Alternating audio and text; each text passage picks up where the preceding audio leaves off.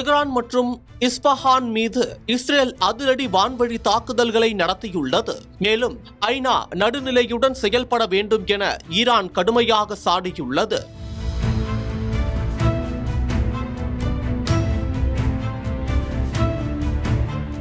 Israel மற்றும் America இணைந்து கூட்டாக ஈரான் மீது தாக்குதல் நடத்தி வருகிறது.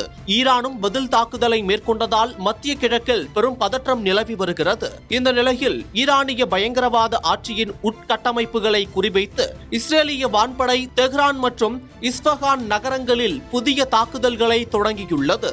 ஈரானின் தலைநகரான தெஹ்ரான் மற்றும் முக்கிய ராணுவ மையங்களை கொண்ட இஸ்பஹான் ஆகிய பகுதிகளில் உள்ள ராணுவ நிலைகள் மற்றும் உள்கட்டமைப்புகள் இலக்கு வைக்கப்பட்டுள்ளன. ஈரானிய ஆட்சியின் பயங்கரவாத கட்டமைப்புகளை அழிக்கும் நோக்கில் இந்த தாக்குதல் தொடங்கப்பட்டுள்ளது என இஸ்ரேலிய வான்படை தனது அதிகாரப்பூர்வ பக்கத்தில் தெரிவித்துள்ளது. இஸ்பஹான் பகுதி ஈரானின் அணுசக்தி ஆய்வு மையங்கள் மற்றும் முக்கிய ஏவுகணை உற்பத்தி தளங்களை கொண்ட இடமாகும். எனவே அங்கு நடத்தப்படும் தாக்குதல் ஈரானின் ராணுவ திறனை முடக்கும் ஒரு முக்கிய நகர்வாக பார்க்கப்படுகிறது.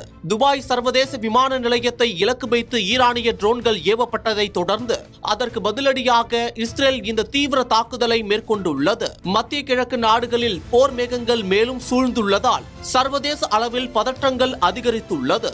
அது மட்டும் இல்லாமல் ஈரான் மீது அமெரிக்கா மற்றும் இஸ்ரேல் படைகளால் நடத்தப்படும் தாக்குதல் விவகாரத்தில் ஐநா பொதுச் செயலாளர் அந்தோனியா குத்ரோஸ் நடுநிலையுடன் செயல்பட வேண்டும் என்று ஈரானிய வெளியுறவு அமைச்சகம் வலியுறுத்தியுள்ளது.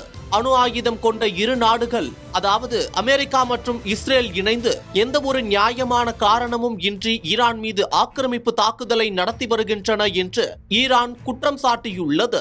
இந்த இக்கட்டான சூழலில் ஐநா பொதுச் செயலாளர் ஒருதலைபட்சமாக செயல்படாமல் சர்வதேச சட்டங்களின்படி நடுநிலையை பேண வேண்டும் என்று ஈரான் கேட்டுக்கொண்டுள்ளது.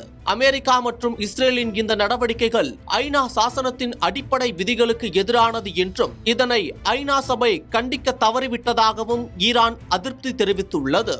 முன்னதாக ஈரான் அதிபர் மசூத் பெசஷ்கியன் அண்டை நாடுகள் மீது நடத்திய தாக்குதல்களுக்காக மன்னிப்பு கோரியிருந்தார். அதே வேளையில் தங்களை தாக்கும் வல்லமை கொண்ட நாடுகளுக்கு எதிராக ஐநா சபை மௌனம் காப்பதாக ஈரான் சாடியுள்ளது. மேலும் இந்த போர் காரணமாக பல்வேறு நாடுகளுக்கு எண்ணெய் பற்றாக்குறை ஏற்பட்டுள்ளது.